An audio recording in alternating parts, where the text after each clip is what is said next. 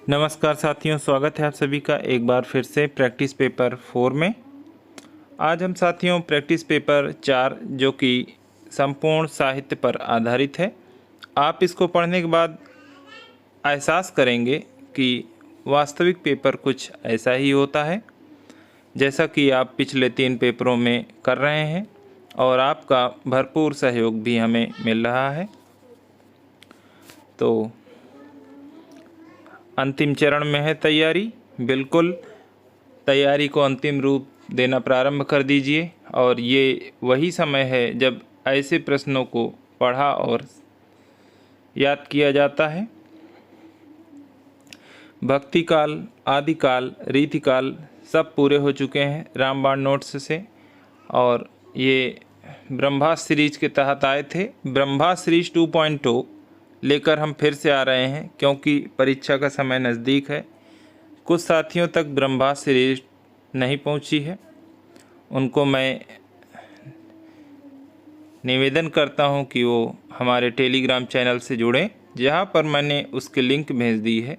लेकिन फिर भी अगर आपको कोई समस्या हो रही है तो अभी हम ब्रह्मास्त्र सीरीज 2.0 नाम से एक प्लेलिस्ट शुरू करेंगे, जिसमें एक ही दिन में एक टॉपिक, जैसे आदिकाल शुरू कर रहे हैं तो आदिकाल पूरा, भक्ति काल शुरू कर रहे हैं तो पूरा भक्ति काल, और अगर कम समय में होता है तो आदिकाल भक्ति काल एक ही दिन में ख़त्म करेंगे, ताकि कम से कम समय में आपको अच्छी से अच्छी तैयारी कराई जा सके। और पिछले 24 वर्षों का संकलन है और कुछ प्रश्न उसमें और भी जोड़े गए हैं, इसलिए आप उसमें ज़रूर जुड़िएगा।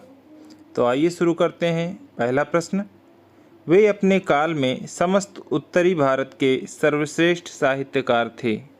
वे अपने काल में समस्त उत्तरी भारत के सर्वश्रेष्ठ साहित्यकार थे।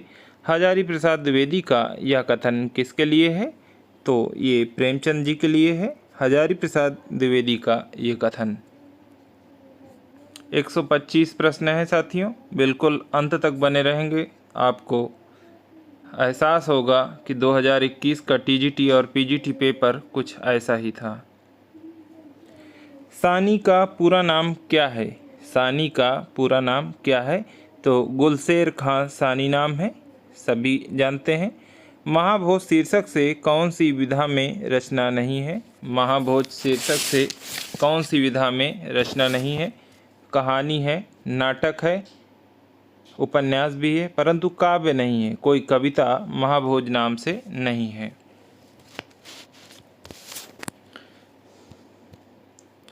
गालिब छोटी शराब, गालिब छोटी शराब किसकी आत्मकथा है? आत्मकथा लेखक खुद अपने बारे में जब लिखता है तब उसे आत्मकथा कहते हैं, लेकिन जब किसी की आत्मकथा कोई दूसरा लिखता है तो उसे जीवनी कहते हैं। गालिब छोटी शराब रविंद्र कालिया की आत्मकथा है, सी विकल्प सही है।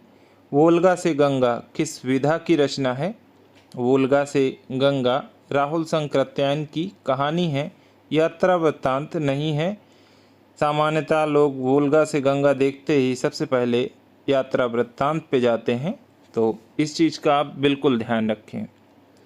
इस बोली से मैं सारे हिंदुस्तान को समझा सकूंगा। इस बोली से मैं सारे हिंदुस्तान को समझा सकूंगा। हिंदी भाषा के संदर्भ में यह कथन किसका है? इस बोली से मैं सारे हिंदुस्तान को समझा सकूंगा, मतलब सारे हिंदुस्तान को कोई व्यक्ति है जो समझाना चाहता है। वो कौन है? विलियम कैरे। कथन याद रखें। कथन का एक ही वो है कि 10 बार पढ़ेंगे तो आपको दिमाग में हिट कर जाएगा जब परीक्षा में आएगा तो बिल्कुल आपको हिट करेगा। 7वां प्रश्न है, दौलत इंद्र समान बढ़ी, पैखुमान को नेक गुमान न आयो। दौलत इंद्र समान बढ़ी, पैखुमान को नेक गुमान न आयो। उपर्युक्त पंक्तियों में अलंकार कौन सा है? तो विशेषोक्ति अलंकार है।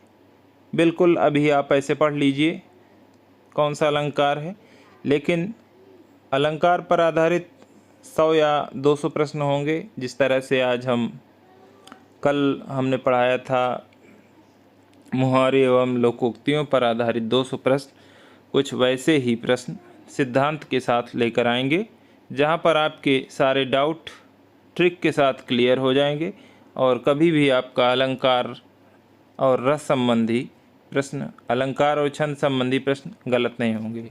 रस पूरा हो चुका है, आप पढ़ सकते हैं। रस के 100 या 125 प्रश्न होंगे। शब्द और अर्थ का समान मिश्रण, गुम्फन। शब्द और अर्थ का समान मिश्रण किस रीति में मिलता है? तो पंचाली रीति में मिलता है। सूची 1 और सूची 1 के समूहों को सूची 2 के साथ मिलान कीजिए। क्या है? ये रचनाएं हैं और उनके रचनाकार हैं। तो प्रिय प्रवास हरिऔध का है, रंग में भंग मैथिली शरण गुप्त जी का है, वहीं पथिक राम नरेश त्रिपाठी का है, बचा हुआ मृत्युंजय राय देवी प्रसाद पूर्ण का है। सही विकल्प क्या है? 3, 1, 2, 4। सी विकल्प यहाँ पे सही है। 3, 1, 2, 4। 10वां प्रश्न है, आचार्य शुक्ल ने एडविन अर्नॉल्ड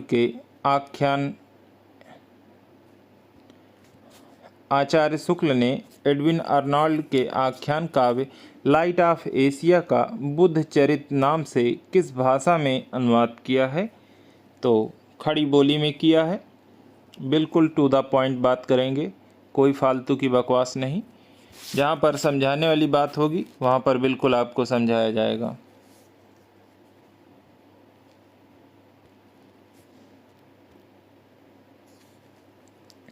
दसवां प्रश्न है, निम्न में से क्या हो गया?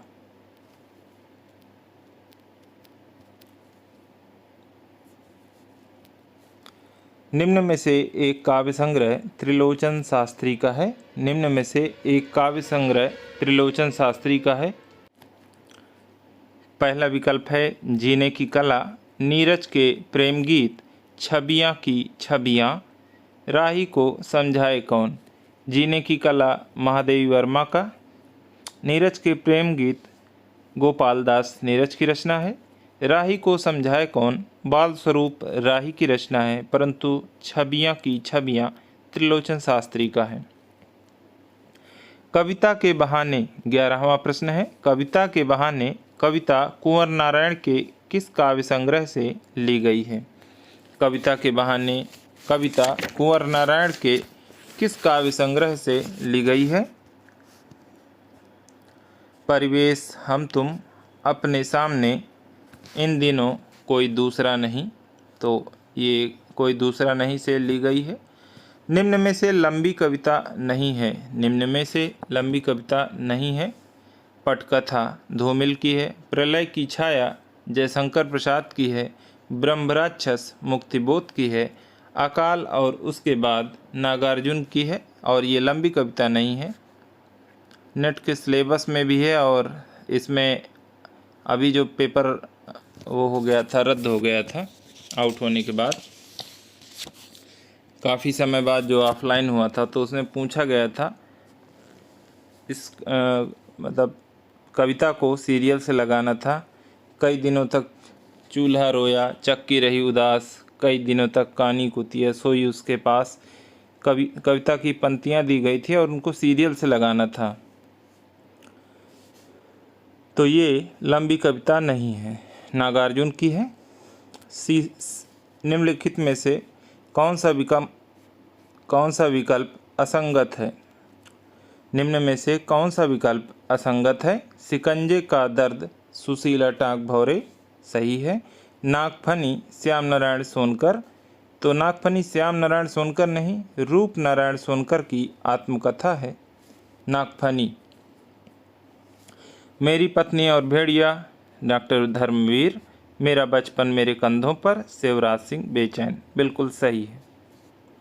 सतह से उठता आदमी, सतह से उठता आदमी किस विधा की रचना है? तो ये मुक्तिबोध की कहानी है। इसकी विधा कहानी है, मुक्तिबोध जी की है। मलबे का मालिक कहानी का कथ्य क्या है? मलबे का मालिक कहानी का कथ्य क्या है? मोहन राकेश की ये कहानी है और इसमें भारत पाक विभाजन के बाद की बात कही गई है। राग दरबारी, राग दरबारी, राग विराग, ये सभी श्रीलाल शुक्ल की रचनाएं हैं। बी विकल्प सही है। जयशंकर प्रसाद के अधूरे उपन्यास का नाम क्या है? कंकाल, तितली, इरावती। तो ये 3 उपन्यास हैं इनके। मंगलसूत्र उपन्यास इनका नहीं है। इरावती उपन्यास इनका अधूरा है। ये मंगलसूत्र प्रेमचंद का है, ये भी अधूरा था, जिसे उनके पुत्र प्रेमचंद के पुत्र अमृत राय ने 1948 में पूरा करके प्रकाशित करवाया था। मंगलसूत्र के मात्र 4 अध्याय लिखने के बाद ही प्रेमचंद स्वर्ग सिधार गए थे। पूछा जाता है कि कितने अध्याय प्रेमचंद ने लिखे थे? तो 4। प्रेमचंद द्वारा उर्दू भाषा में लिखा गया उपन्यास बाजारे हुस्न का हिंदी रूपांतरण है। तो बाजारे हुस्न, यदि हुस्न होगी तो सदन में सेवा होगी। आपको ये ट्रिक बताई गई थी ताकि आपको कोई भी उपन्यास जो उर्दू के बाद हिंदी में रूपांतरित हुए उनके नाम भी बदले गए थे तो आपको भूले नहीं। प्रेमाश्रम का गो से आफियत रखा गया, गो से आफियत का प्रेमाश्रम रखा गया था। और रंगभूमि का चौगाने हस्ती रखा गया था। हस्ती होगी तो रंग जमेगा। पहला या दूसरा पेपर है, पढ़ेंगे तो उसमें आपको ये पूरा मिलेगा। सभी उपन्यासों की जितने 8-9 हैं उर्दू से हिंदी में कन्वर्टेड, सबको ट्रिक के माध्यम से बताया गया था। इनमें से गंगौली गांव किस उपन्यास के केंद्र में है? इनमें से गंगौली गांव किस उपन्यास के केंद्र में है? तो आधा गांव में है। भारतेंदु युग की केंद्रीय विधा क्या है? भारतेंदु युग में नाटक केंद्रीय विधा थी। सती चंद्रावली और अमर सिंह राठौर, सती चंद्रावली और अमर सिंह राठौर नाटकों की रचना किसने की है? राधाचरण गोस्वामी सही विकल्प है। इन्होंने इन नाटकों की रचना की है। राधाचरण गोस्वामी के नाटक हैं सती चंद्रावली और अमर सिंह राठौर। धातुसेन प्रसाद के किस नाटक का पात्र है? धातुसेन प्रसाद के किस नाटक का पात्र है? तो स्कंदगुप्त से हैं। देहरि भई विदेश, देहरि भई विदेश संपादित पुस्तक क्या है? देहर भई विदेश संपादित पुस्तक क्या है? लेखिकाओं का आत्मकथ्य है।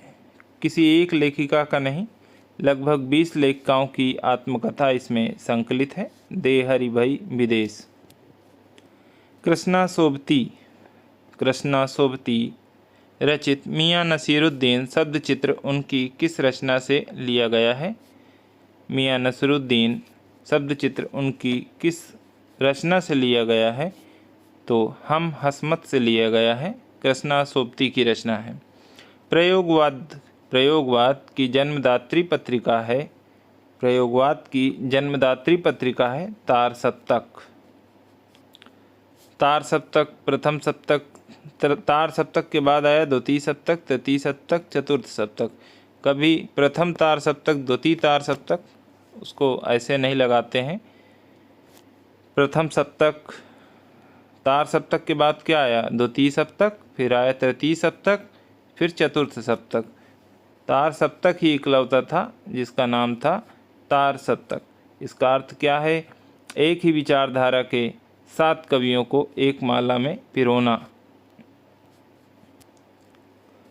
अज्ञे जी ने ये काम किया था और उन्हीं के द्वारा ये पत्रिका निकाली गई थी। बंगाल गजट के संपादक कौन थे? बंगाल गजट के संपादक कौन थे? इसके सभी के ट्रिक मेरे पास है, बहुत बढ़िया ट्रिक है।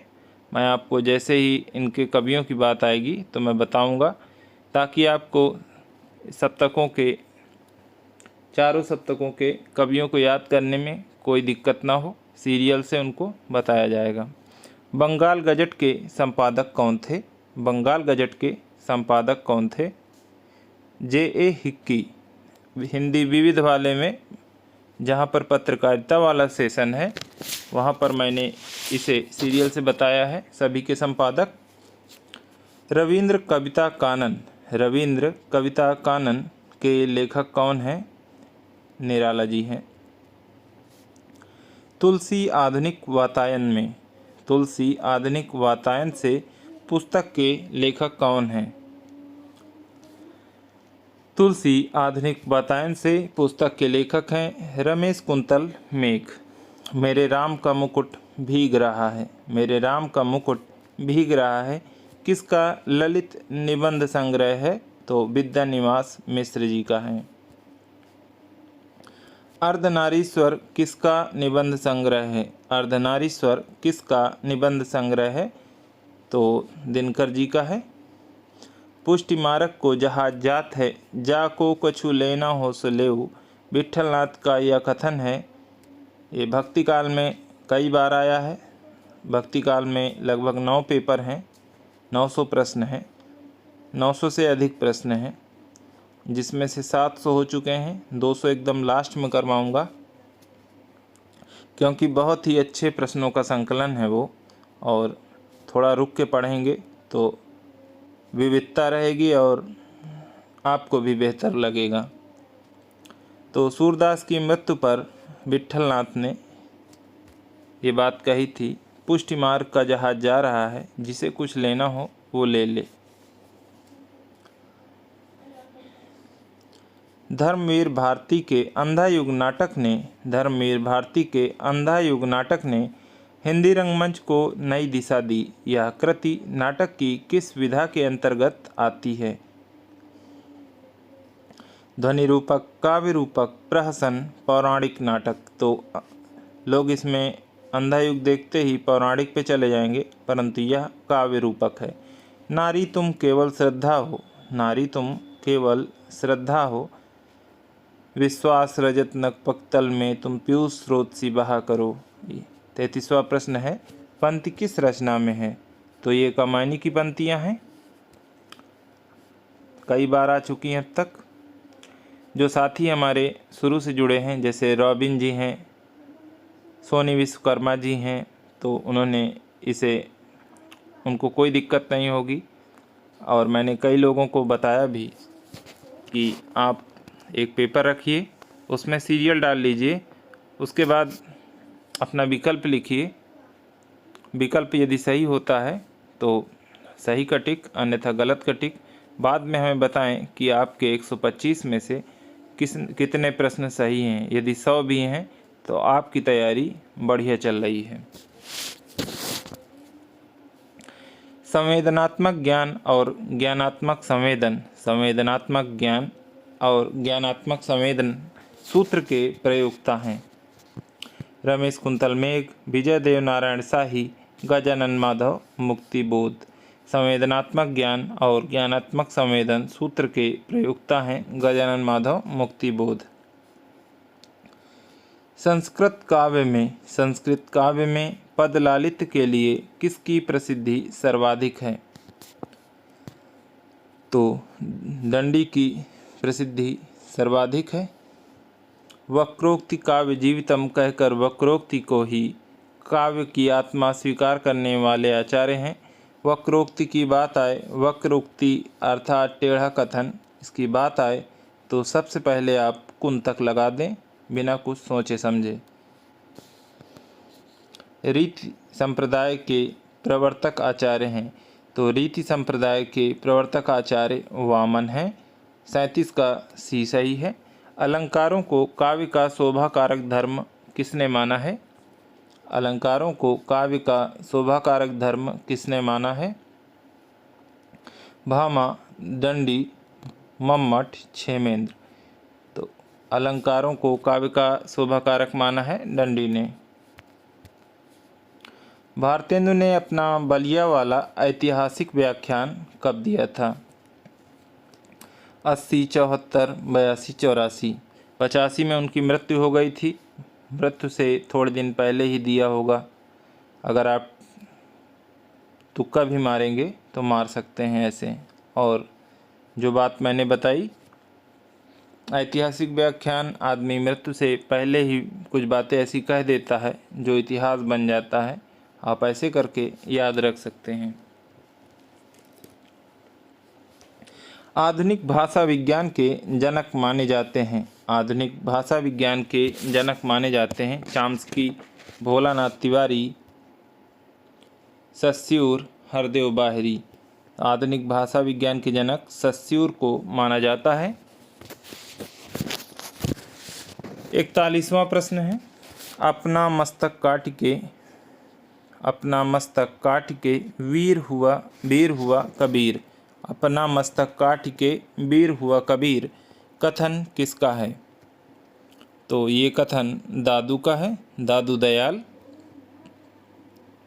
42वां प्रश्न है, चित्रात्मक भाषा एवं लाक्षणिक पदावली। चित्रात्मक भाषा एवं लाक्षणिक पदावली किस युग की कविता की विशेषता है? छायावाद की, प्रगतिवाद की, प्रयोगवाद की, इनमें से कोई नहीं। तो ये छायावाद की विशेषता है। आर्य समाज के संस्थापक हैं। आर्य समाज के संस्थापक हिंदी विविध वाले में सभी संप्रदायों के, सभी समाज के जितनी संस्थाएं बनी सबके संस्थापक बताए गए हैं। सभी दर्शन के प्रयोग जो मेन है किसने कौन सा दर्शन दिया है सारे बताए गए हैं। तो एक बार आप हिंदी विविध वाला जो पढ़ा हुआ है, वाकई मैं कह रहा हूँ परीक्षा के बाद आप बताएंगे खुद कि 10 से 11 नंबर आपके उससे आए या नहीं। 44वां प्रश्न है, हिंदी में अधिकांश शब्द किस भाषा से आए हैं?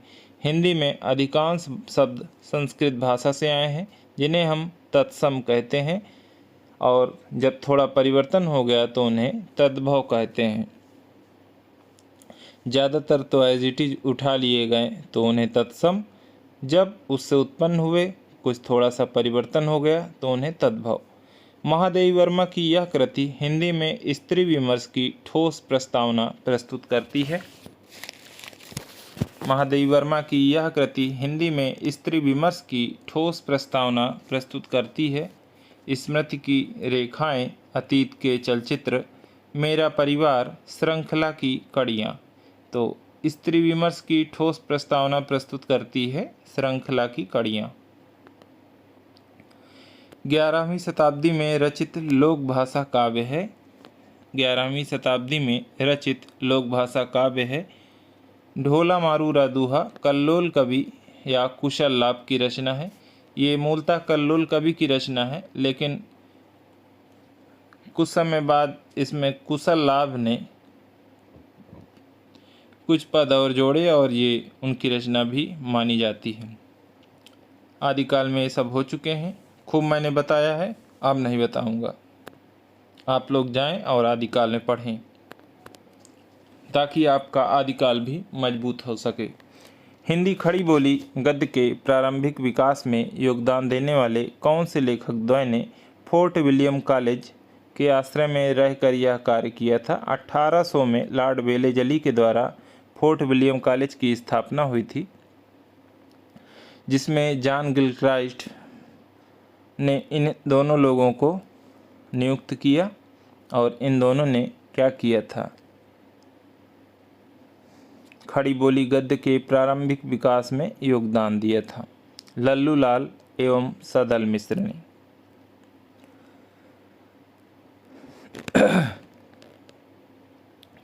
अड़तालीसवां प्रश्न है,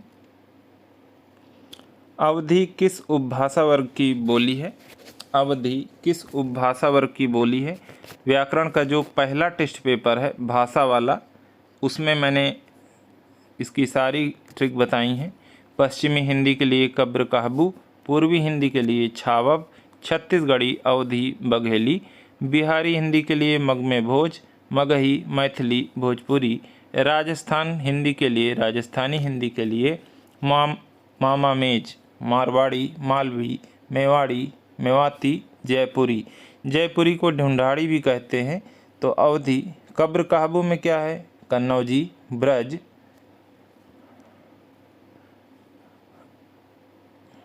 कन्नौजी, ब्रज और कौरवी खड़ी बोली, हरियाणवी, बुंदेली। पश्चिमी हिंदी के अंतर्गत 5 भाषाएं आती हैं। पूर्वी हिंदी के अंदर 3, बिहारी हिंदी में 3, राजस्थानी हिंदी में 4। वहाँ अलग विभाजन है पूर्व पश्चिम उत्तर दक्षिण के नाम पर, तो उसका अलग कल वाले पेपर में बताया गया था। जो लास्ट पेपर है उसको आप देख सकते हैं। हिंदी भाषा के उद्भव और विकास का सही क्रम चुनिए। हिंदी भाषा के उद्भव और विकास का सही क्रम बताना है। संस्कृत, पाली, प्राकृत, अपभ्रंश, सौरसेनी, पश्चिमी हिंदी, खड़ी बोली। तो देखिए क्रम तो यही है, ऐसे ही कंफ्यूज करके आता है, तो ध्यान रखें। संस्कृत आए तो सबसे पहले वैदिक संस्कृत, फिर लौकिक संस्कृत। पहले वेद लिखे गए, फिर लोक में आया, फिर पाली, प्राकृत, अपभ्रंश, अवहट्ठ, हिंदी। हिंदी में सौरसेनी लिख दिया कंफ्यूज करने के लिए, तो उससे आपको भ्रमित नहीं होना। आप दूसरे विकल्पों में जाएंगे तो आपको पाली, प्राकृत, अपभ्रंश, खड़ी बोली, सौरसेनी, पश्चिमी हिंदी। तो खड़ी बोली आजकल बोली जा रही है, तो सबसे एडवांस क्या है? खड़ी बोली है। तो कंफ्यूज नहीं होना है, और ये एक क्रम है जिसे आप याद रखिए। संस्कृत, पाली, प्राकृत, अपभ्रंश, अवहट्ठ, हिंदी। 50वां प्रश्न है, हिंदी भाषा की वह कौन सी बोली है? हिंदी भाषा की वह कौन सी बोली है जो हिंदी भाषियों द्वारा सर्वाधिक बोली जाती है? तो सबसे ज़्यादा बोलने वाले क्या हैं? भोजपुरी। रस सामग्री किस विकल्प में दी गई है? रस सामग्री किस विकल्प में दी गई है? तो क्या है? विभाव, अनुभाव, संचारी भाव, स्थायी भाव। इसी विकल्प में रस सामग्री दी गई है। 51वां प्रश्न था। अब 52वां प्रश्न अगले पृष्ठ से है। सूची 1 और सूची 2 को मिलान करना है। उपन्यास और उनके रचनाकार हैं। चलते चलते साथियों, अगले पन्ने में आपसे निवेदन है कि अपने हिंदी साथियों को हमारा चैनल शेयर करें और उनसे कहें कि एक बार किसी भी वीडियो को आप ज़रूर पढ़ें, और उसके बाद आप महसूस करेंगे कि बहुत ही जेन्युइन प्रश्न और बहुत ही कम समय में बेहतर उसका विस्तार बताया जाता है। आप हमसे जुड़ें टेलीग्राम पर, और वीडियो को लाइक करें, चैनल को सब्सक्राइब करें। कोई पैसा नहीं लग रहा साथियों। इन प्रश्न पत्रों को आप अगर बाज़ार से पाना चाहेंगे तो शायद मुश्किल होगा। ऐसे प्रश्नों का संकलन जल्दी से मिलता नहीं है। ये खुद के द्वारा और हमारी टीम के द्वारा बनाए गए हैं। बहुत ही अनुभवी टीम है हमारी, जिन्होंने इन प्रश्नों का बेहतर संकलन किया है। अलमा कबूतरी मैत्रेयी पुष्पा का उपन्यास है।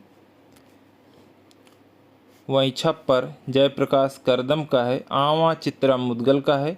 बाकी बचे मुक्ति पर्व तो मोहनदास नैमिषारण्य। तो विकल्प क्या आ रहे हैं? 3, 1, 4, 2। 3, 1, 4, 2। डी विकल्प यहाँ पे सही है। नेताजी कहिन के रचनाकार कौन है? 53वां प्रश्न है। नेताजी कहिन मनोहर श्याम जोशी। हिंदी की पहली कहानी लेखिका हैं। हिंदी की पहली कहानी लेखिका हैं तो यही हैं बंग महिला। दुलाई वाली इनकी कहानी है। आधुनिक खोजों के अनुसार पहली मौलिक कहानी कौन सी है? आधुनिक खोजों के अनुसार पहली मौलिक कहानी कौन सी है? एक टोकरी भर मिट्टी माधवराव सप्रे की कहानी है। प्रेमचंद की कहानियों की संख्या है लगभग 200, 300, 400, 500। तो देखिए ऐसे प्रश्न भी आते हैं और खूब पूछा जाता है। तो जो बड़े लेखक हैं उनकी कहानियों का जो नंबर है 30 पेपर हैं, 3750 प्रश्न। उनमें कहीं ना कहीं सभी संकलित हैं। 300 या 300 प्लस कहानियाँ प्रेमचंद की है। तो आपको बी विकल्प इसमें लगाना है। 500, 400, 200 कुछ नहीं लगाना है। कौन सी कहानी घटना प्रधान है? कौन सी कहानी घटना प्रधान है? आत्माराम, आत्म संगीत, पंच परमेश्वर, जादू। पंच परमेश्वर घटना प्रधान कहानी है। 58वां प्रश्न है, झबरा किस कहानी का पात्र है? झबरा किस कहानी का पात्र है? तो पूस की रात का है। इंग्लिश में आप लोगों ने हाई स्कूल में पढ़ा होगा ए विंटर नाइट, जिसमें एक झबरा कुत्ता रहता है, हल्कू किसान रहता है। तो वहाँ भी ये कहानी पढ़ने को मिलती है और उसके बाद प्रेमचंद ने भी लिखी है, शायद उसी का अनुवाद किया था किसी ने। झबरा कहानी किस कहानी का पात्र है? तो पूस की रात का है। प्रसाद की गुंडा कहानी में इतिहास के किस युग का चित्रण है? गुंडा कहानी प्रसाद किसको कहेंगे गुंडा?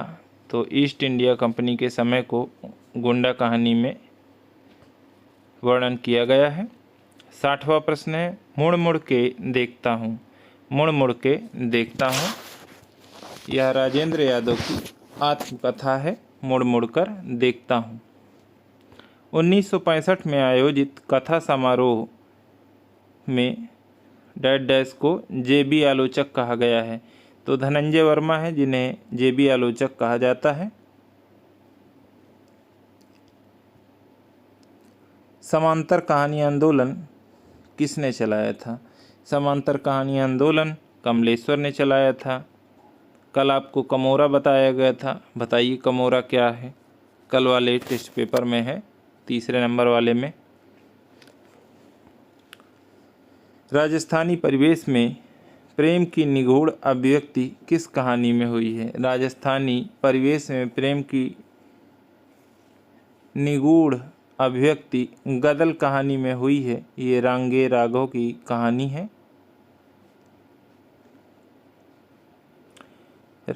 वीर नंबाकम तिरुमल्लय वीर नंबाकम, वीर राघवाचार्य इनका पूरा नाम है। तो पूछा जाता है और ध्यान रखिएगा, तिरुमल्लय आ जाए तो वो रांगे राघव हैं, उन्हीं का पूरा नाम है।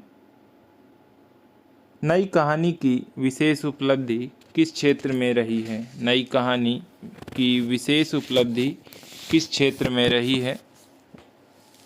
बदलते सामाजिक पारिवारिक रिश्तों के चित्रण में, महानगरी संत्रास के चित्रण में, व्यक्ति के अकेलेपन के चित्रण में, राजनीतिक मोहभंग के चित्रण में।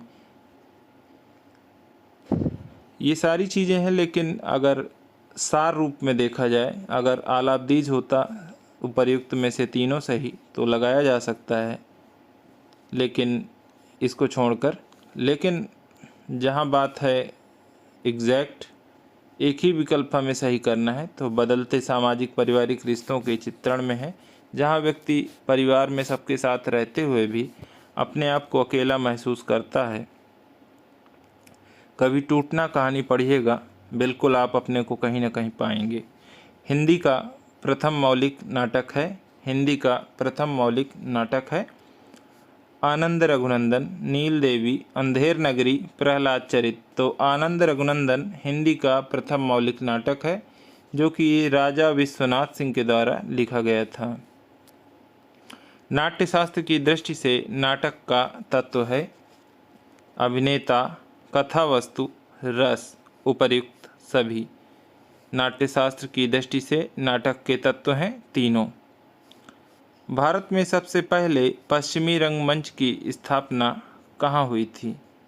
भारत में सबसे पहले पश्चिमी रंगमंच की स्थापना अंग्रेज़ों द्वारा की गई होगी। बिल्कुल बंगाल में ही करेंगे, क्योंकि वहीं राजधानी थी कलकत्ता, और वहीं पर वो अपना अड्डा जमाए हुए थे। पश्चिमी रंगमंच की स्थापना भी बंगाल में हुई। अगर आपको क्वेश्चन नहीं पता है और तो आप ऐसे सोच कर देखेंगे तो बिल्कुल आपका क्वेश्चन गलत नहीं होगा। काशी में नेशनल थिएटर की स्थापना के प्रेरक हैं। काशी में नेशनल थिएटर के स्थापना के प्रेरक हैं कौन? जो वहाँ पैदा हुए थे और नाटक के लिए जाने जाते हैं, अपने भारतेंदु हरिश्चंद्र जी। शेक्सपियर के सभी नाटकों का हिंदी अनुवाद किसने किया? शेक्सपियर के सभी नाटकों का हिंदी अनुवाद किसने किया? लाला सीताराम जी ने किया। चंद्रगुप्त नाटक की नायिका है, चंद्रगुप्त नाटक की नायिका है कार्नेलिया। जननाट्य मंच IPTA की स्थापना 1939 ईस्वी में हुई है। IPTA इप्टा भी आता है, कई बार इप्टा लिख देते हैं, बस इप्टा पूछ लिया जाता है। तो जननाट्य मंच IPTA या इप्टा की स्थापना 1939 में हुई थी। नुक्कड़ नाटक का जनक किसे कहते हैं? सकदर हाशमी को नुक्कड़ नाटक का जन्मदाता या जनक कहते हैं। पंडित जवाहरलाल नेहरू और ब्रह्मवर्त के पृथु के बीच विलक्षण साम्य किस नाटक में है? पंडित जवाहरलाल नेहरू और ब्रह्मवर्त के पृथु के बीच विलक्षण साम्य किस नाटक में है? तो वो पहला राजा में है, जगदीश चंद्र माथुर का है पहला राजा।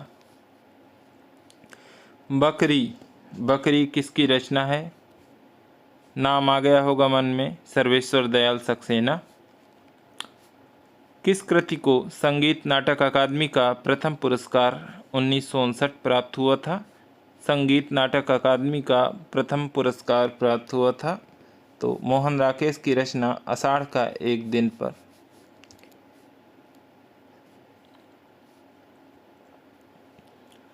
76वां प्रश्न है, यदि गद्य कवियों की कसौटी है, यदि गद्य कवियों की कसौटी है तो निबंध गद्य की कसौटी है। ये कथन रामबाण नोट्स में भी कई बार आया है और इसे और भी बेहतर रूप से आपको बताया जा रहा है। प्लस ब्रह्मास्त्र सीरीज जो 2.0 आ रही है उस पर भी इसको बढ़िया से हाईलाइट किया गया है। ये शुक्ल जी का कथन है, इनमें से कौन सा आचार्य हजारी प्रसाद द्विवेदी जी का नहीं है? कब से ब्रह्मास्त्र सीरीज शुरू की जाए साथियों, बिल्कुल बताइएगा, अभी या थोड़ा और रुकें, जैसा आपकी प्रतिक्रिया रहेगी वैसे ही हम काम करेंगे। इनमें से कौन सा आचार्य हजारी प्रसाद द्विवेदी जी का नहीं है? कल्पलता, कुटज,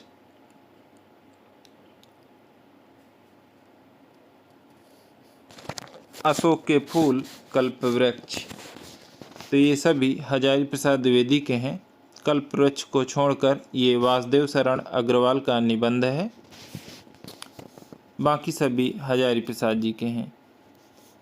इनमें से कौन भ्रमरानंद उपनाम से लिखा करते थे? तो उपनाम हिंदी विविध वाले में करवाया गया है। कौन किसका उपनाम है? बहुत सारे उपनाम दिए गए हैं। विद्यानिवास मिश्र भ्रमरानंद नाम से लिखा करते थे। जैसे जैसे हम आगे बढ़ेंगे व्याख्या कम होती जाएगी, क्योंकि प्रश्नों को कहीं ना कहीं डिटेल में बता दिया गया है। अभी चौथा पेपर है ये और टॉपिक वाइज पहले करवाया गया तब ये प्रश्न आए हैं और कुछ नए प्रश्नों को इसमें डालकर संपूर्ण रूप से टेस्ट बना दिया गया, क्योंकि अगर टॉपिक वाइज सभी ना भी हो पाएँ तो भी आपका नुकसान ना हो। हरिशंकर परसाई के व्यंग्यात्मक निबंधों का लक्ष्य क्या है? हरिशंकर परसाई के व्यंग्यात्मक निबंधों का लक्ष्य क्या है? पाठकों की वास्तविकता के प्रति आंखें खोलना, पाठकों को गंभीर हास्य प्रदान करना, पाठकों की भाव जड़ता को तोड़ना, पाठकों में विडंबनाओं के प्रति आक्रोश और घृणा जगाना। तो देखिए एक लेखक का काम क्या होता है, वास्तविकता के प्रति पाठकों की आंखें खोलना। आलोचना को कला की सजगता किसने कहा है? आलोचना को कला की सजगता किसने कहा है? मिडिल्टन मरे ने कहा है। ए विकल्प सही है। हिंदी आलोचना से संबंधित पहली पुस्तक है, हिंदी आलोचना से संबंधित पहली पुस्तक है हिंदी कालिदास की आलोचना। यही प्रश्न आता है कि आलोचना संबंधित पहली पुस्तक कौन सी है? राजशेखर भारतीय समीक्षा के जनक हैं। भारतीय समीक्षा की बात आए तो वहाँ राजशेखर आएंगे। रोमांटिसिज्म के लिए हिंदी में स्वच्छंदतावाद का प्रयोग सर्वप्रथम किसने किया? रोमांटिसिज्म के लिए हिंदी में स्वच्छंदतावाद का प्रयोग सर्वप्रथम किसने किया?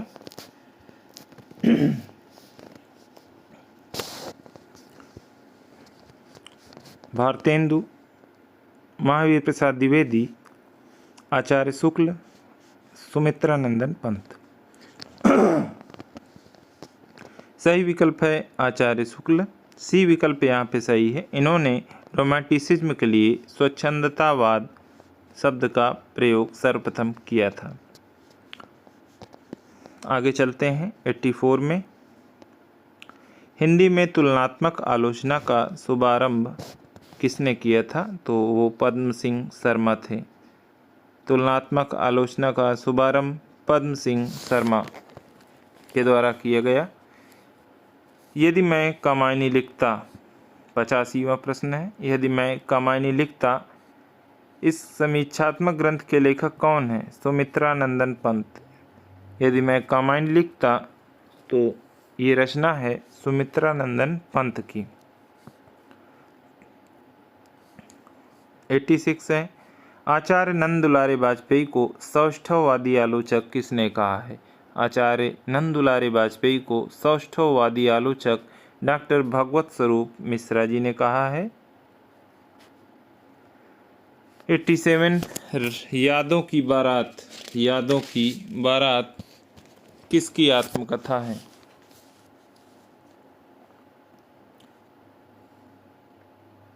यादों की बारात जोश मलिहाबादी की आत्मकथा है। सी विकल्प यहाँ पे सही है। जिंदगी मुस्काई। जिंदगी मुस्काई के रचनाकार कौन हैं? जिंदगी मुस्काई के रचनाकार हैं कन्हैयालाल मिश्र प्रभाकर। रिपोर्ताज किस शब्द का? रिपोर्ताज शब्द किस भाषा का है? रिपोर्ताज शब्द फ्रेंच भाषा का है। वन लाइनर टाइप में आ गए हैं। वन लाइनर में सीधे आप याद रखें, बहुत कठिन भी नहीं है, बहुत सरल भी नहीं, हल्के में भी नहीं लेना है। किसी भी प्रश्न को परीक्षा में आपको हल्के में नहीं लेना है, नहीं, जिसको आपने हल्के में लिया वो आपको नीचे ले जाएगा। इनमें से किस विद्वान का कोई भी ग्रंथ उपलब्ध नहीं है? इनमें से किस विद्वान का कोई भी ग्रंथ उपलब्ध नहीं है? शंकुक, भट्टनायक, अभिनवगुप्त, भट्टलोल्लट। भट्टलोल्लट का कोई भी ग्रंथ उपलब्ध नहीं है। 91 रस गंगाधर किसकी रचना है? रस गंगाधर पंडित राज जगन्नाथ की है। मात्रा या स्वर को क्या कहते हैं? मात्रा स्वर को क्या कहते हैं? समरूप, ग्रेफीम कहते हैं। शब्द को रूपीम कहा जाता है, मात्रा को ग्रेफीम कहा जाता है। वर्ण तालिका के अनुसार ह्रस्व, दीर्घ और प्लुत क्या है? वर्ण तालिका के अनुसार ह्रस्व, दीर्घ और प्लुत क्या है? ये सब स्वर हैं। चक्रपाणी दर्शनार्थ। चक्रपाण दर्शनार्थ पद में मान्य समास क्या है? इसमें अव्ययी भाव समास है। चक्रपाणी दर्शनार्थ समास बहुत जल्दी कराया जाएगा। 100 प्रश्न है, 100 या 125, सारे समास उसमें आपको क्लियर कर दिए जाएंगे, परेशान न हो। प्रत्यर्पण शब्द में कौन सा उपसर्ग लगा है? प्रति लगा है। प्रतिधन अर्पण, प्रत्यर्पण। रस निरूपण के प्रथम व्याख्याता थे। रस निरूपण के प्रथम व्याख्याता थे भट्टलोल्लट। वही हैं जिनका कोई भी ग्रंथ उपलब्ध नहीं है। अरण्य चंद्रिका मुहावरे का अर्थ है। अरण्य चंद्रिका मुहावरे का अर्थ है निष्प्रयोजन पदार्थ। जंगल में अगर चंद्रमा है, चमक रहा है, भले इस्तेमाल हो, लेकिन यहाँ पर इसका मतलब है वो निष्प्रयोजन है, उसका कोई मतलब नहीं है। इनमें से कौन सा शब्द उच्च का समानार्थी नहीं है? ध्यान रहे, है नहीं है, आपको ऐसे ही परीक्षा में गोला करना है ताकि आपका प्रश्न गलत ना हो, क्योंकि ऐसे प्रश्न जितने देखने में आसान होते हैं उतने ही ये गलत भी होते हैं तुरंत। और फिर घर में आकर बस ये होता है कि अरे यार निकल गया। उच्च का समानार्थी क्या नहीं है? टीला, श्रेष्ठ, बड़ा कुलीन, तो उच्च का ये भी है, ये भी है, ये भी है, परंतु टीला उच्च का समानार्थी नहीं है। अमर शब्द का विलोम है। विलोम के 170 प्रश्न मैंने करवा दिए हैं और अति संभावित प्रश्न है, अमर का विलोम मर्थ होता है। हमें प्रतिदिन सूर्य नमस्कार करना चाहिए। रेखांकित शब्द को पहचानिए।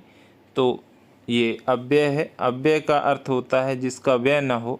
यदि यहाँ पर करनी चाहिए या शब्द बदल दिया जाए और प्रतिदिन से संबंधित हो, तो प्रतिदिन का ना तो बहुवचन होगा, ना ही इसका किसी भी प्रकार से बदलाव होगा, यानी यह अव्यय है। तद्भव शब्द है। तद्भव शब्द है। प्रकाश, तो तद्भव तत्सम वाले में आपको ट्रिक बताई गई थी। ये रात्रि जिसमें होगा, त्रा जिसमें होगा, ये द्रा की मात्रा वही। तो आइए, ये सब ये जितने भी हैं ये सभी तत्सम में आते हैं। चंद्र बिंदु वाले सामान्यतः तद्भव शब्द होते हैं।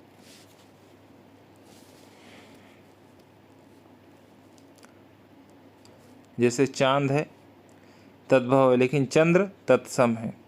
लिखावट में प्रत्यय है। प्रत्यय उपसर्ग बहुत जल्दी करवाया जाएगा, परेशान न हो। 30-35 दिन है, इसमें आप मेरे साथ लगे रहिए।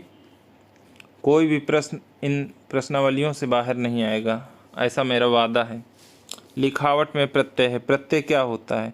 इससे प्रत्यर्पण है, तो प्रतिधन अर्पण जो पहले लग गया तो वो क्या है? उपसर्ग है। लेकिन लिख धन आवट, लिख धन आवट बाद में लग गया तो ये प्रत्यय हो गया। निम्न में से भाववाच्य वाक्य का चयन कीजिए। निम्न में से 3 प्रकार के वाक्य होते हैं, कर्तवाच्य, कर्मवाच्य, भाववाच्य। तो भाववाच्य क्या है? उन लोगों से आज खेला नहीं जाता, उन लोगों से आज चला नहीं जाता, उससे आज खाया नहीं जाता। ये सभी भाववाच्य के ज़्यादातर ये नकारात्मक शब्द होते हैं। और वह कौन है, वह रोती, ये सब अलग शब्द है। लेकिन ऐसे शब्द जब आएँ, ज़्यादातर भाववाच्य का ही पूछा जाता है, तो आप थोड़ा सा एक बार देख सकते हैं। हालांकि ये बहुत जल्द हम एक पेपर इस पर लेके आएंगे, वाच्य पर। निम्न में पुल्लिंग शब्द कौन सा है? वाक्य प्रयोग करें। रचना हुई, प्रार्थना की गई, पत्र लिखा गया, आज्ञा दी गई। तो पत्र लिखा गया, लिखा गया बाकी सभी में स्त्रीलिंग, ये पत्र लिखा गया पुल्लिंग शब्द। इनमें से कौन सा शब्द विशेषण नहीं है? इनमें से कौन सा शब्द विशेषण नहीं है? संज्ञा सर्वनाम की विशेषता, गुण, दोष, संख्या, परिमाण आदि जो बताएगा वही विशेषण कहलाएगा। तो भयभीत, निर्भीक, भीरु, मतलब भीरु मतलब क्या? डरा हुआ, कायर। निर्भीक मतलब न डरने वाला। भयभीत, भय ये भी डरा हुआ। लेकिन भव ऐसा शब्द नहीं है, ये विशेषण है।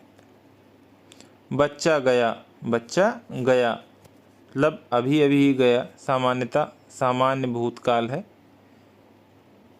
जब वो पहुंच जाएगा, बच्चा चला गया या जो भी है, तो वो पूर्ण भूतकाल में चला जाएगा।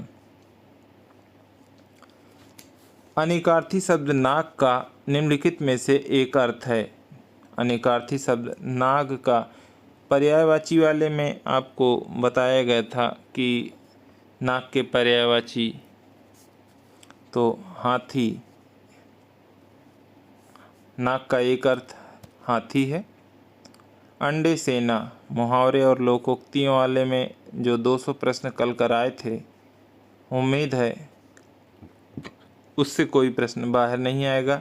फिर भी अगर आता है तो हम अच्छे से कवर कर रहे हैं। उम्मीद है कि जो 2 से 3 प्रश्न आएंगे आपको यहीं से मिलेंगे। घर में बेकार बैठने वालों को क्या कहा जाता है? अंडे से रहा है।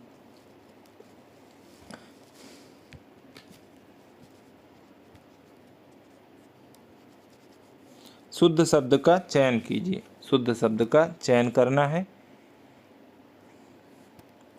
संयास, पूजास्पद, सौजन्यता, प्राप्ति, तो ये प्राप्ति होता है, ये शुद्ध है।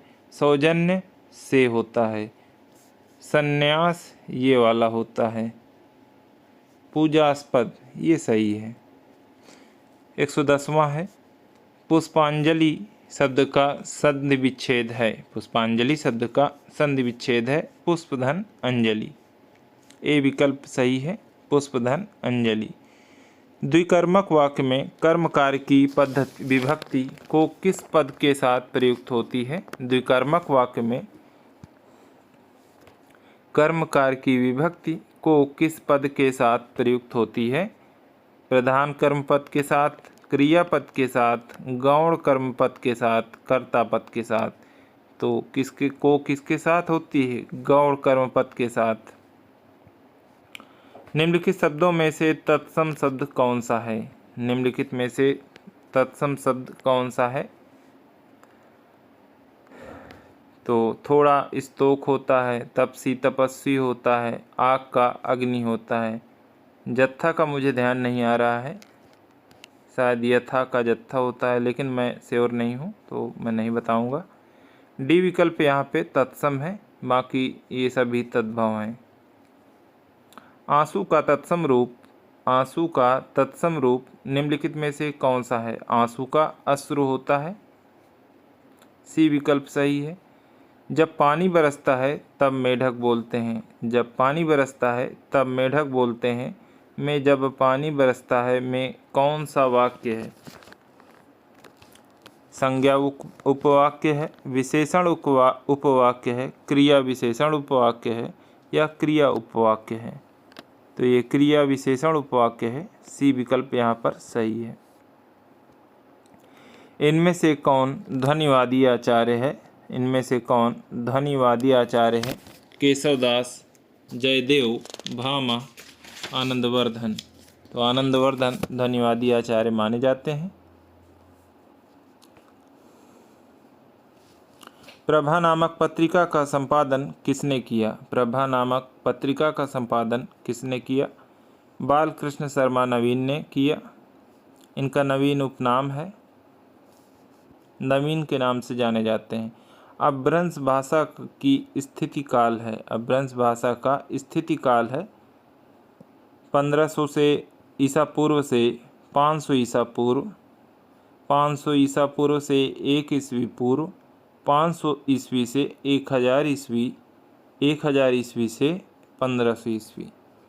तो संस्कृत का ये समय है, ये पाली का है, ये संस्कृत का है, ये पाली का है, और 1 से 500 तक ये प्राकृत का आता है, ये अपभ्रंश का आता है, उसके बाद हिंदी का आता है।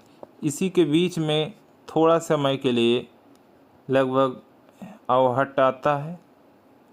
तो अपभ्रंश का काल कौन सा है? 500 से 1000 ईस्वी।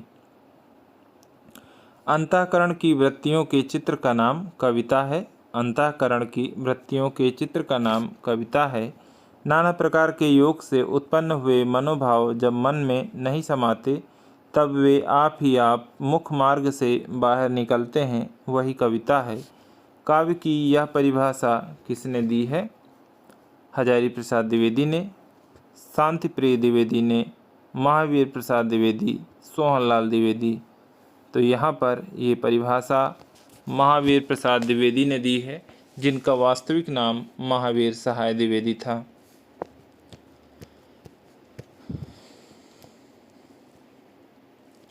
एक 119वां प्रश्न है, डॉक्टर नगेन ने रसखान की जन्मतिथि क्या बताई है?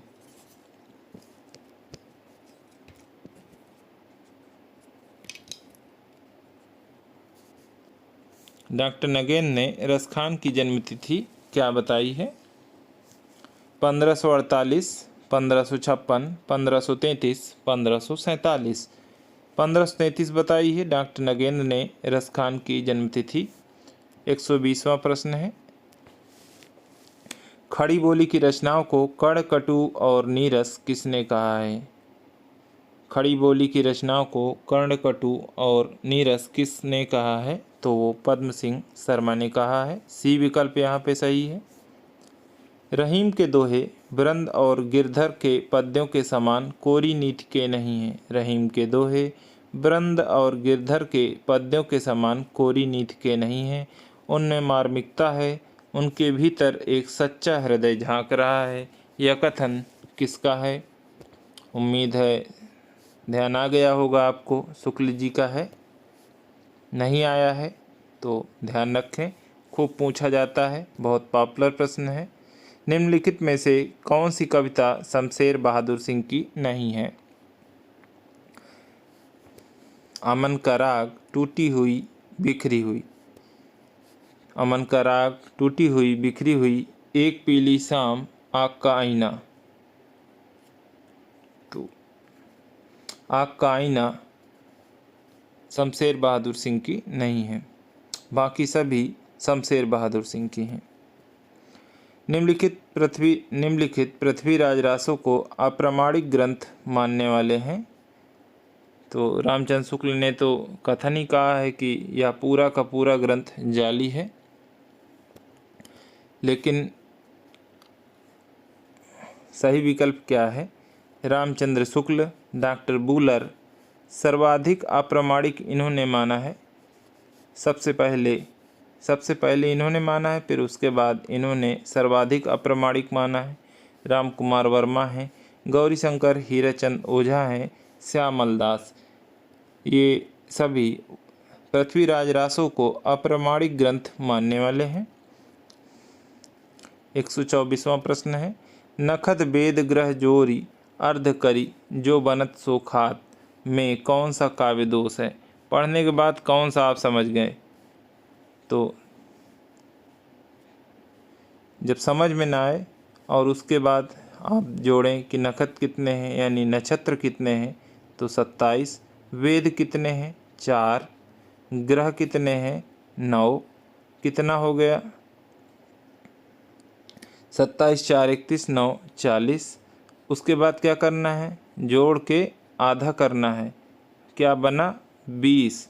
20 क्या है? जो बनत सुखात, 20 यानी 20 जो बनत सुखात। तो यहाँ पे क्या है? काफ़ी देर बाद मज़ा आया। इसको जोड़ा, पढ़ा, जोड़ा, घटाया, फिर उसको आधा किया, उसके बाद समझा, तब तक जो मज़ा आने वाला था वो नहीं आया। तो यहाँ पे क्लिष्टत्व दोष है। 125वां और अंतिम प्रश्न है साथियों, इसके बाद क्लास ख़त्म हो जाएगी और ये आज का अंतिम प्रश्न है। कल हम अगले किसी पेपर में चर्चा करेंगे, हो सकता है संपूर्ण टॉपिक पर, नहीं तो किसी टॉपिक विशेष पर, जैसा रहेगा। और शीघ्र ही आप लोग हमें कमेंट के माध्यम से ज़रूर बताएं कि आप लोग ब्रह्मास्त्र सीरीज 2.0, जिसे हम पहले रामबाण नाम से पढ़ा चुके हैं, हालांकि ब्रह्मास्त्र सीरीज से भी उसकी एक प्लेलिस्ट बनाई गई है जिसे आप लोगों ने देखा और पसंद भी किया, परंतु वह ज़्यादा लोगों तक नहीं पहुंच पाई शुरुआती कारणों से। तो मैं चाह रहा हूं कि थोड़ा सा अपडेट करके और थोड़ा सा विस्तार बढ़ा के हम उसे एक बार फिर से पढ़ें। तो आप लोग हमें ये बता दें कि आप अभी पढ़ना चाहते हैं या जब अंतिम 15 दिन शेष हों, लगभग मई में 1 मई के आसपास, जैसा आप लोग कहेंगे आप हमें टेलीग्राम में बता दीजिए। टेलीग्राम का लिंक आपको वहाँ पर मिल जाएगा, जो लिंक वाला सेक्शन है। होम पेज में जाएंगे तो लिंक वाला जो सेक्शन है वहाँ पे आपको टेलीग्राम का लिंक मिल जाएगा, सीधे आप टेलीग्राम ज्वाइन कर सकते हैं। 125वां प्रश्न पढ़ते हैं। इन्होंने, बच्चन ने, खड़ी बोली हिंदी कविता को ही एक नया आयाम नहीं दिया है, बल्कि हिंदी की आत्मकथा को भी एक नया मोड़ दिया, जिसमें कविता, गद्य की गंगा और जीवनी की जमुना एक साथ उपस्थित हुई। हरिवंश राय बच्चन के संबंध में यह कथन किस विद्वान का है? ये बच्चन सिंह नहीं है, ये कि हरिवंश राय बच्चन जी के बारे में बात हो रही है कि ये कथन किसका है? रामविलास शर्मा, नामवर सिंह, प्रोफेसर कुमुद शर्मा, आचार्य रामचंद्र शुक्ल। तो ये शुक्ल जी का नहीं है, ये कुमुद शर्मा जी का कथन है और बिल्कुल आपको ध्यान रखना होगा क्योंकि ये आज का आखिरी प्रश्न है और आखिरी प्रश्न बहुत महत्वपूर्ण होता है। आज के लिए साथियों इतना ही। बहुत बहुत धन्यवाद। नमस्कार। कृपया चैनल को सब्सक्राइब अवश्य कर लें।